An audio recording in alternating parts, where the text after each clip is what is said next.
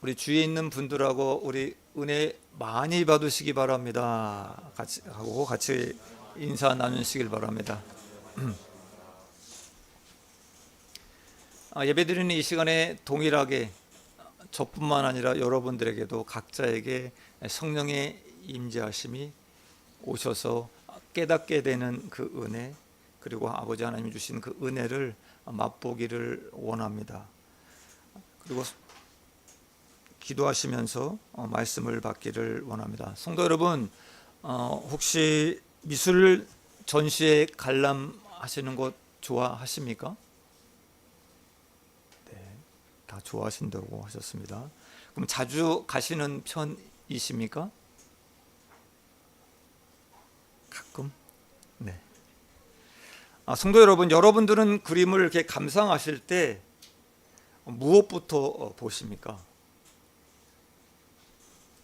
어떤 사람은 멀찌감치 이렇게 뒤로 물러서서 그림 전체를 훅 훑어봅니다.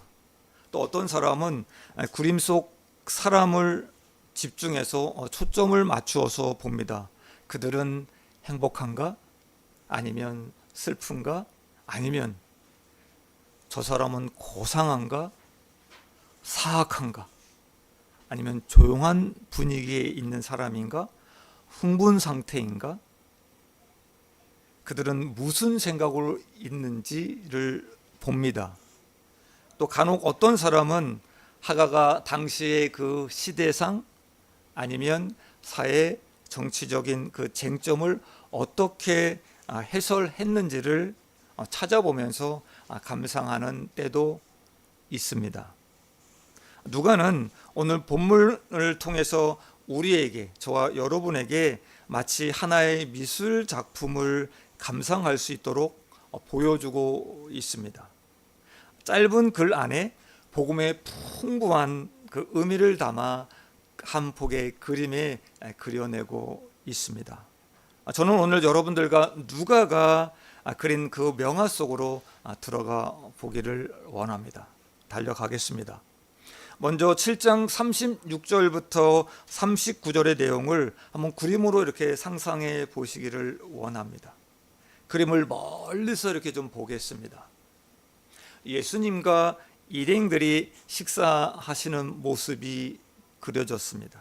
그리고 예수님의 발 아래 앉아 그의 발에 향유를 붓고 있는 여인의 모습, 그 여자를 질책하는 듯한 눈으로 바라보는 한 바리새인의 모습이 그림에 그려져 있습니다. 성도 여러분, 상상이 되십니까? 그럼 한번 그림을 보실까요? 여러분들은 바리새인 시몬이 누구일 것 같습니까? 네. 예수님은 누구십니까? 가운데에 계시죠? 그리고 여인이 있습니다. 여러분은 이 그림을 보면서 무엇이 이렇게 느껴지십니까? 이제 이 그림 안에 나오는 주요 인물들에 대해서 좀 살펴볼까 합니다. 36절 말씀을 우리 다 같이 읽겠습니다. 36절 말씀 시작.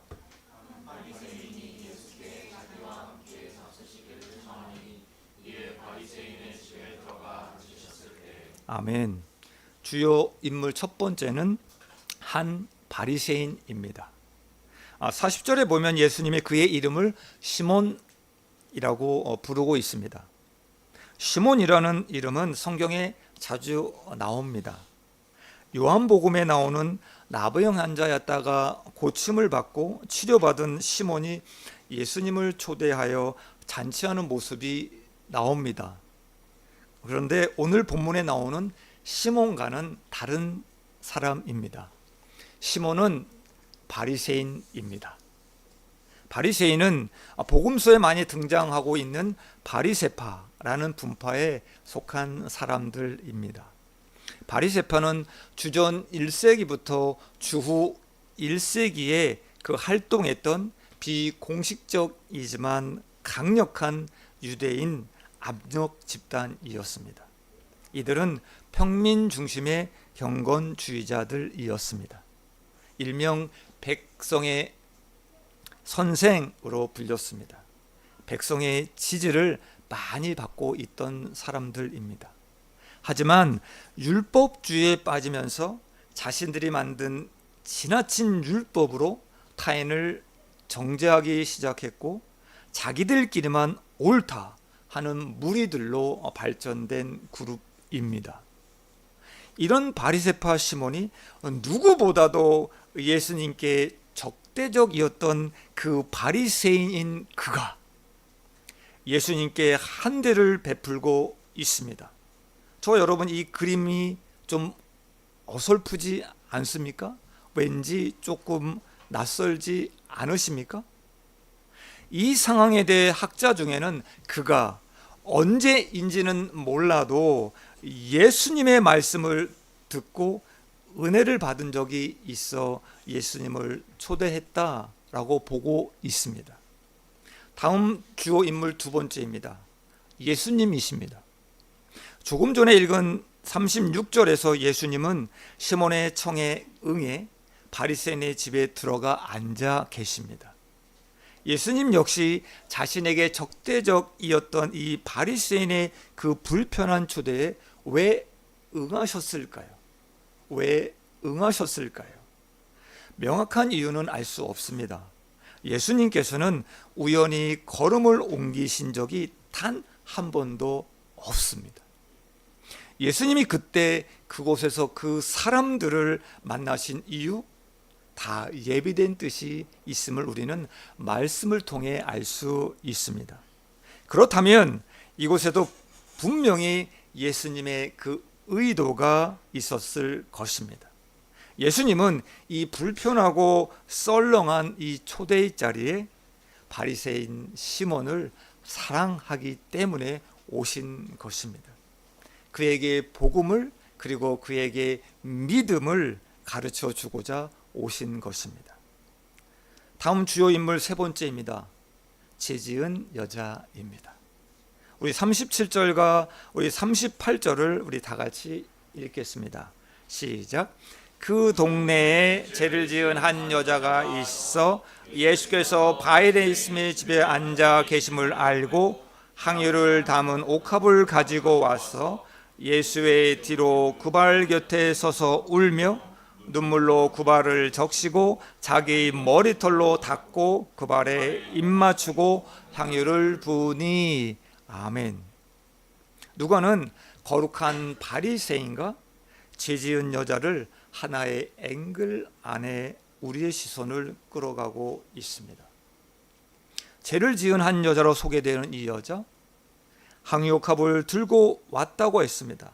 우리는 다른 복음서에서 나오는 마리아와 동일한 인물이 아닌가 생각할 수도 있습니다. 그러나 여기 나오는 여자는 예수님 초기 사역에 등장했던 여인이었고, 다른 복음서에 나오는 예수님이 십자가에 달리시기 전 예수님의 장례를 준비했던 여인입니다. 죄 지은 여자라고 표현된 이 여자의 죄는 무엇인지 나오고 있지 않습니다. 그냥 이 시대 통념상 죄 지은 여자, 그럼 우리는 창녀를 뜻하고 있습니다. 이 당시 한락가는 동네 가장 끝에 있었습니다. 바리새인들이 사는 곳은 그곳과 아주 정반대의 위치에 있었습니다. 지역도 양극단이었습니다. 죄 지은 여자가 어떻게 예수님이 이 집에 계신 줄 알고 왔는지는 알 수 없습니다. 단지 그녀는 불청객이었음이 틀림없습니다. 예수님 당시 이 시대에는 현대 서구의 개념, 사생활이라는 것을 찾아볼 수 없습니다. 문이 계속 열려 있었습니다. 거지나 그냥 아는 사람이나 호기심 많은 행인이 집 안으로 들어오기 일쑤였다고 합니다. 집 안으로 들어온 그녀는 앉아 계신 예수님 뒤로 천천히 걸어갑니다. 유대인들은 대개 비스듬히 기대 앉아 식사했기 때문에 예수님은 자연스레 발을 펴고 계셨습니다. 그 여자는 예수님의 발 아래 앉아 향유병을 채 열기도 전에 눈물로 예수님의 발을 적십니다. 그리고 머리를 풉니다. 그리고 그 머리카락으로 예수님의 발을 깨끗이 닦아냅니다. 그리고 그녀는 예수님의 발에 입을 맞춥니다. 그리고 챙겨온 향유를 그곳에 붓습니다. 이 모든 행동이 하나같이 좀 충격적입니다. 여기서 발에 입 맞추었다 라는 말은 언어상으로 좀 직역하고 좀 살펴보면 이런 뜻입니다. 숨이 막힐 정도로 키스했다라는 뜻입니다. 이것을 우리 송태근 목사님은 이렇게 표현하십니다. 아이가 너무 사랑스러워서 우리 부모가 아이의 볼에 연신 쉴 새 없이 뽀뽀하고 있는 것, 그것과 같다라고 말씀합니다. 우리 45절에도 입맞추기를 그치지 아니하셨다라고 말씀하십니다. 이 기록을 보면 한번 입맞추고 끝난 것이 아님을 우리는 알 수 있습니다. 그녀는 왜 이토록 예수님께 사랑을 표현했을까요? 아마도 그녀는 예수님께 제사함의 은혜를 받은 적이 있는 여자였을 것입니다. 어떻게 그녀가 창녀가 되었는지는 몰라도 이 당시에는 생계형 창녀들이 많았다고 합니다. 그녀도 먹고 살기 위해 이런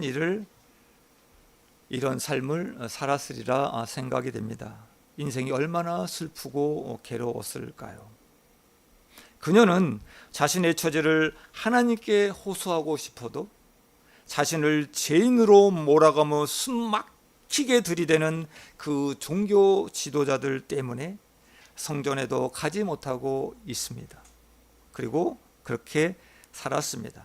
그녀는 아마도 죽고 싶을 마음이었을 뿐 같습니다. 소망 없이 사는 어느 날 모여있는 인파 속에서 예수님의 말씀을 듣게 되었습니다. 수고하고 무거운 짐진 자들아 다 내게로 오라. 내가 너희를 쉬게 하리라. 아멘. 이 말씀을 들으며 그녀는 어디에도 쓸 곳 없었던 그 삶의 참 안식을 맛보았습니다. 인생이 만신창이가 되어 살던 그녀, 예수님 안에서 그 무거운 짐을 훌훌 털어버립니다. 그녀는 죄인으로 낙인 찍힌 그 무거운 짐을 내려놓고 예수님 안에서 그 무거운 짐을 벗어놓습니다. 그리고 용서함의 은혜를 체험하게 됩니다. 그러니 그녀는 예수님이 계신다고 하는 그곳, 예수님이 계신다고 하는 그곳, 어디든 상관없이 달려갔습니다. 죄인이라고 손가락질하는 사람들 앞에서 당당하게 자신의 사랑을 예수님께 표현합니다. 눈물 없이 볼 수 없는 은혜가 넘치는 한 폭의 그림입니다. 그림의 이 주요 인물 세 사람의 모습이 선하게 받아들이시지요. 이제 그림 안에서 누가가 말하는 교훈을 우리는 좀 살펴볼까 합니다. 시몬은 이 여자를 보며 이렇게 투덜댑니다. 저 여자 정말 기가 막히군. 정말 꼴사납네. 예수님이 선지자시라면 자기를 만지는 이 여자가 죄인이라는 걸 아실 건데, 이렇게 마음속으로 시몬은 생각합니다. 예수님은 바리새인 시몬의 생각을 아십니다. 그리고 시몬아 라고 부르십니다. 그리고 그에게 한 가지 비유를 들어 설명하십니다. 41절, 우리 42절 말씀을 다 같이 읽겠습니다. 시작. 빚주는 사람에게 빚진 자가 둘이 있어 하나는 500데나리온을 졌고 하나는 50데나리온을 졌는데 것이 없으므로 둘 다 탕감하여 주었으니 둘 중에 누가 그를 더 사랑하겠느냐? 우리 성도 여러분, 그 당시의 금액으로 하는 것보다 지금 저희가 알고 있는 금액으로 조금 임의로 좀 바꿔서 좀 설명을 드리겠습니다. 어떤 사람이 5억을 빚졌습니다. 다른 한 사람은 500만 원을 빚을 졌습니다. 이 두 사람 모두 갚을 능력이 없었습니다. 채권자는 왜 그런지 몰라도 이 두 사람에게 빚을 안 갚아도 된다고 말을 합니다.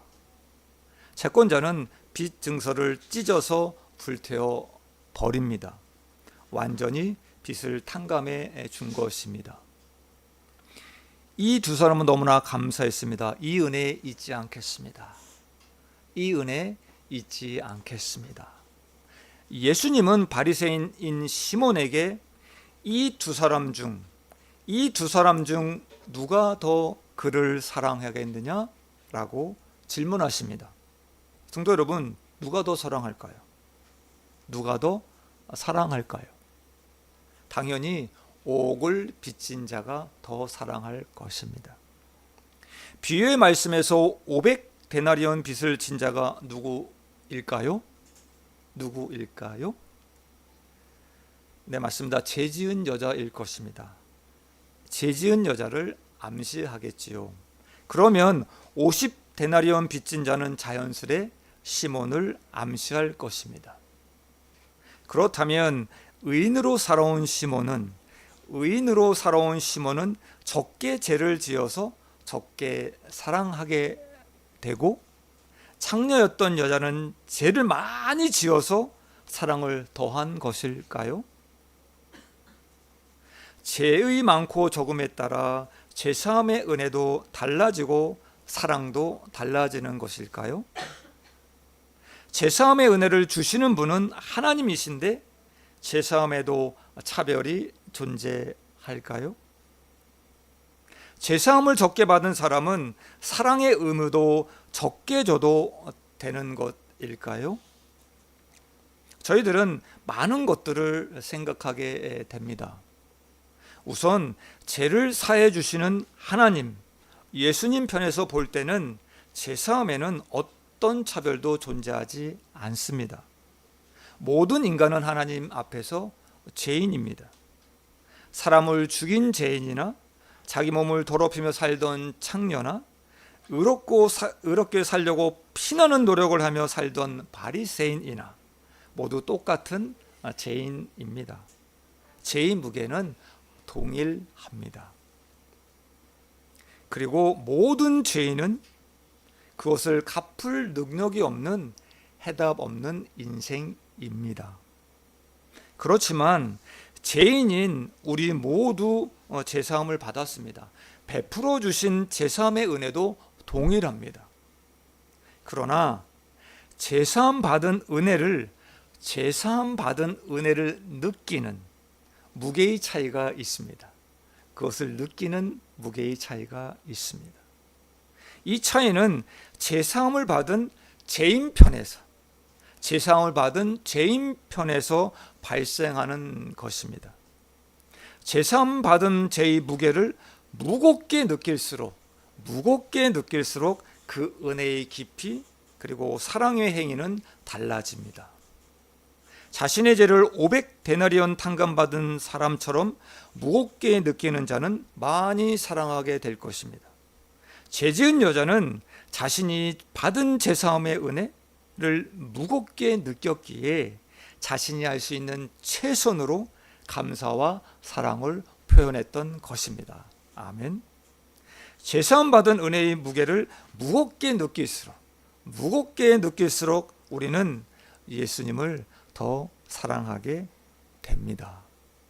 여러분은 죄사함 받은 은혜의 무게를 무겁게 느끼고 계십니까? 가볍게 느끼고 계십니까? 예수님은 시몬에게 이 비유의 말씀을 마치시고 44절부터 46절까지에서의 죄사함의 은혜의 무게를 어떻게 느끼고 있느냐에 따라 사람마다 사랑의 행위가 다르다는 것을 비교해서 말씀해 주셨습니다. 이 비교는 마치 누가복음 여러분 잘 아시죠? 18장에 나오는 바리새인과 세리의 기도 모습을 비교해서 말씀하시는 것과 유사합니다. 말씀에 앞서 먼저 이 당시 손님 맞이에 대한 상식적인 예절에 대해 좀 말씀을 드리려고 합니다. 팔레스타인은 모래바람이 잦습니다. 그래서 샌들을 신은 발에는 항상 먼지가 끼기 마련입니다. 그래서 손님을 초대하면 가장 먼저 집안의 종이 그에게 달려갑니다. 그리고 손님의 발을 물로 깨끗하게 씻어줍니다. 종이 없다면 주인이 손님에게 발 씻은 물을 제공해 주어야 합니다. 그리고 들어온 손님을 따뜻한 포옹과 함께 입맞춤으로 환영해 줍니다. 머리에 기름을 붓는 행위는 보편적인 예의는 아니지만 손님의 주의에 따라 좀 달라질 수가 있습니다. 이런 유대 문화의 예의를 기준으로 해서 예수님은 시몬과 죄지은 여자를 비교해서 말씀하십니다. 시몬아, 너는 내게 발 씻을 물도 주지 아니하였다. 그러나 이 여자는 눈물로 내 발을 적시고 그 머리털로 닦았다. 너는 내가 내 집에 들어올 때 입맞추지 아니하였다.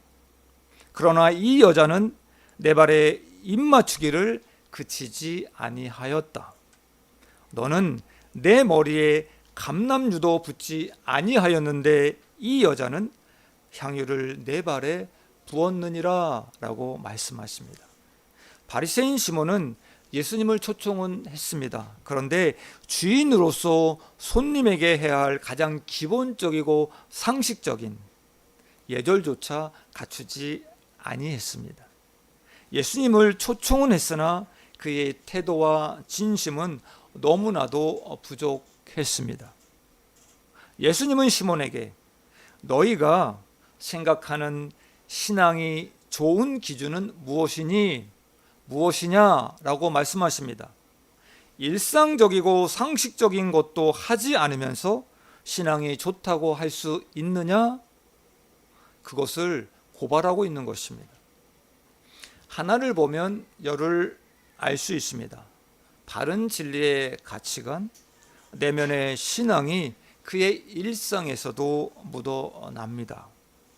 믿음이 좋다고 말하는데 사람을 막 대하고 있다면 그는 바리새인의 전형적인 모습을 띠고 있을 것입니다. 한 성도의 인격을 가늠하려면 누구나 쉽게 무시할 수 있는 주위에 있는 사람들을 어떻게 대하는지 그 태도를 보면 알 수 있습니다. 예수님은 시몬에게 아무리 성경 지식이 많고 거룩하게 하고 다녀도 그것이 신앙이 좋다, 나쁘다가 아닌 것을 죄지은 여자의 행동과 비교해서 신앙의 성숙을 설명해 주고 있는 것입니다. 예수님은 시몬에게 너는 왜 나에게 이런 것도 안 해주었니? 라고 꾸짖는 것이 아닙니다. 시몬아, 상식적이고 일반적인 예의 못 지키면서 의롭다 하느냐? 믿음이 있다고 말할 수 있느냐? 하찮은 사람이라도 무시하지 않고 섬기는 것, 그것이 나를 더 많이 사랑하는 증거다. 그리고 성숙한 신앙인이다 라고 하는 것입니다. 우리 마태복음 우리 25장 우리 40절 말씀을 우리 다 같이 읽어 보겠습니다. 40절 말씀 시작.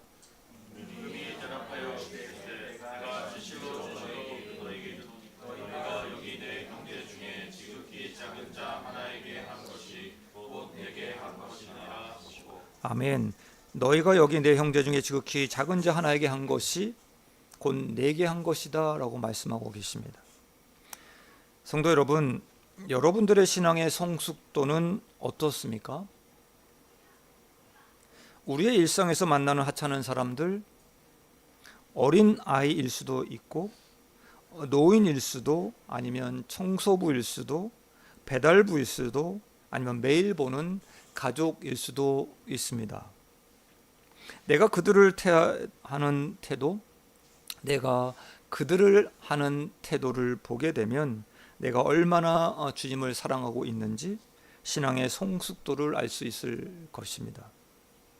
저는 누가가 이 명화처럼 풀어낸 이 오늘 본문의 말씀을 좀 묵상하고 말씀을 좀 준비하면서 마음으로 많이 울었습니다. 바리새인 시몬의 모습이 저희 모습이었습니다. 주님이 베풀어 주신 그 어마어마한 그 제사함의 은혜를 잊어버리고 그 은혜의 무게를 가볍게 여기며 사는 내가 보여서 울었습니다. 주님을 적당히 사랑하고 사는, 주님을 적당하게 사랑하고 있는 내가 보여서 울었습니다. 사람들을 마음 다해 섬기지 못하고 있는 내가 보여서 울었습니다. 사람들을 대하는 나의 일상이 느껴져서 회개가 되었습니다. 결론을 맺겠습니다. 사랑하는 성도 여러분, 저와 여러분 모두 주님이 베풀어 주신 제사함의 은혜를 무겁게 느끼길 원합니다. 죽을 수밖에 없는 이 죄인, 용서해 주신 그 은혜가 더 깊어지기를 원합니다. 그러면 죄지은 여자가 온 마음과 정성을 다해 사랑을 표현했던 것처럼 울어도 감사의 눈물이 흐르고, 예수님께 내 시간 내 물질을 모두 드려도 아깝지 않고, 예수님 계신 곳이라면 어디든 달려가고, 다른 사람 시선 아랑곳하지 않고 식사 기도를 당당히 할 수 있고, 많은 사람 앞에서 나는 크리스천입니다, 나는 예수 믿는 자입니다 라고 당당히 말할 수 있을 것입니다. 제가 아는 권사님이 한 분 계십니다. 유수한 반도체 기업에서 여성 관리자로서 일하고 있는 능력 있는 여성입니다. 크리스천입니다. 얼마 전에 코엑스에서 직장 여성들을 대상으로 여성 관리자로서의 삶이라는 주제하에 발표하고 질의응답하는 시간을 가졌다고 합니다. 그때 자신을 소개하면서 내가 크리스천이라고 밝혀야 하는지 고민하게 되었다고 합니다. 기도하고 준비하면 할수록에 자신이 크리스천이 아니다라고 했을 때 할 말이 없다는 것을 깨닫게 해 주셨다고 합니다.